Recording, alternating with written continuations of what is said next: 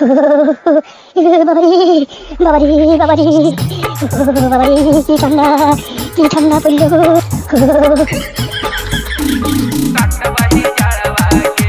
माँ प्रतिमा recording studio Sheikhpura.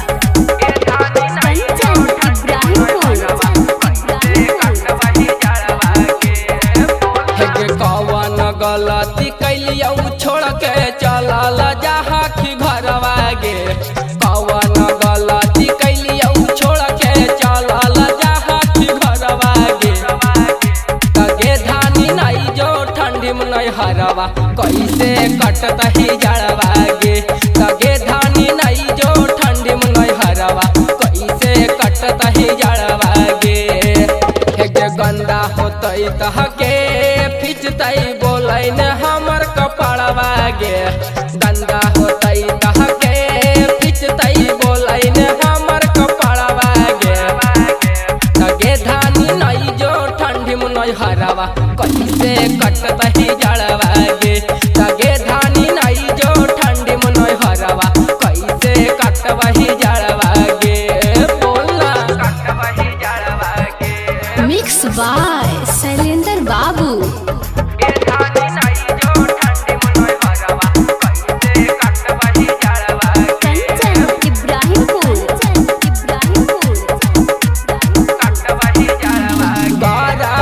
बरसात धनी रहनी हमारा साथ गे। जहारा में काहे जाही मार के हमारा लात गे।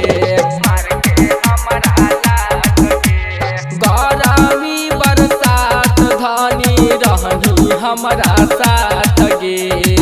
जहारा में काहे जाही मार के हमारा लात गे। बेरी बेरी बोलाबही काहे तू लेता हरवा गे। बेरी बेरी बोलाबही काहे तू लेता हरवा गे। तगे धानी नहीं जो ठंडी में नहीं हरवा कैसे कटतही जड़वा गे। तगे धानी नहीं जो ठंडी में नहीं हरवा कैसे कटवही जड़वा गे। बोलना कटवही जड़वा गे। मिक्स बाय शैलेंद्र बाबू।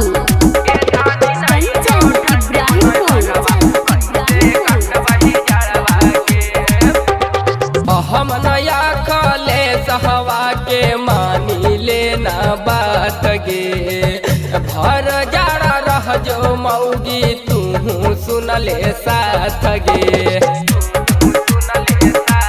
हे गे सोहनु या खले सहवा के मानी लेना बात गे। भर जाड़ा रुक जो गे मौगी हमर तू साथ गे।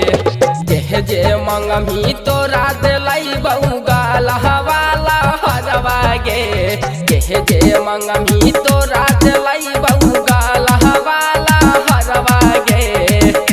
तगे धानी नहीं जो ठंडी में नहीं हरवा कैसे कटतही जा